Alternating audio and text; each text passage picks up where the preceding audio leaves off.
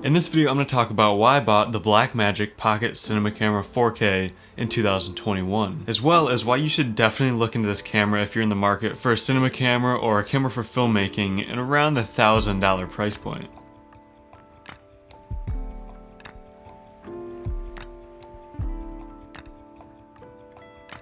So ever since this camera came out a few years ago, I believe in 2018 or 2019, it's pretty much solidified itself as like the best value for the money cinema camera you can buy. I mean, literally everyone talked about this camera when it came out. Everybody bought it, everybody was using it, and pretty much up until the Sony a7S III came out, this was like the semi-professional filmmaking camera that everyone used. I mean, for $1,300, which is how much it costed new, you pretty much couldn't beat the specs and the quality that this camera outputted. And like I said, literally everyone used this camera. It was such a revolutionary camera in the filmmaking world. I mean, this brought so many people into the filmmaking space with how cheap it was, and just being able to shoot DCI 4K 60 FPS video in RAW. It was easy to use. It pretty much had everything you need built into it.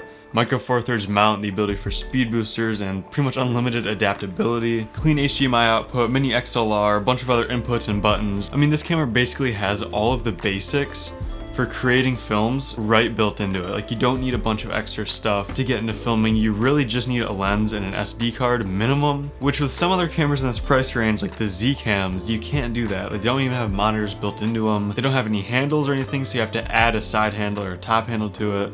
This pretty much has like a DSLR style grip right built into it, so you can literally pick this camera up and film. You know, there's really nothing else stopping you. And that 5-inch, pretty bright touchscreen on the back really helps out a lot. Like I said, this is the perfect fundamental 4K filmmaking camera. Now, obviously, this has a bunch of quirks, it has a bunch of downfalls that, you know, all the hundreds and thousands of reviews on YouTube go over. But I really think if you need 4K, this is the best fundamental filmmaking camera for that $1,000 price range. And of course, I talked about this was like the most revolutionary, most popular filmmaking camera when it came out. However, it was definitely dethroned by the a7S III. That camera pretty much took over the Blackmagic spot. It had all the better features, better specs, and it was full frame, it had autofocus, and a smaller body. The a7S III pretty much took all of the light away from the Blackmagic, and now this camera is obviously still insanely popular, but a lot of people pretty much forgot about this and went over to the a7S III, went over to all those newer cameras, like even the Panasonic S5, and a bunch of full frame cameras that are coming out, because full frame is pretty much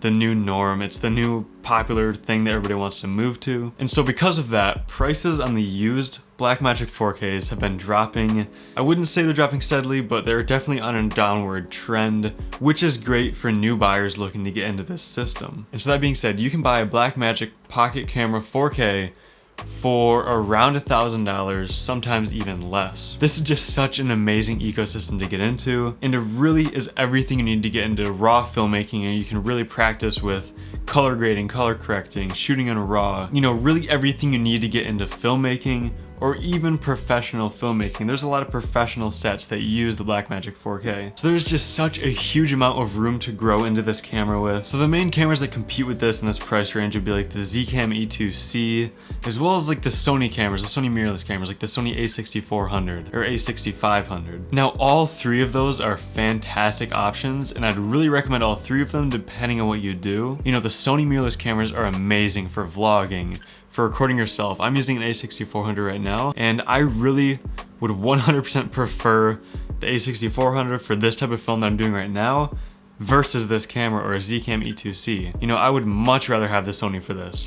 However, for filmmaking, for recording music videos or, you know, real production films, documentaries, stuff like that, a6400 definitely lacks a little bit in image quality and different codec choices. The Blackmagic 4K would probably be better for that sort of thing when you have more of a narration, more of a planning ability to nail your lighting, nail your exposure, nail your focus, and really aren't just running gunning. So I'd really recommend looking into different cameras and figure out what works best for you.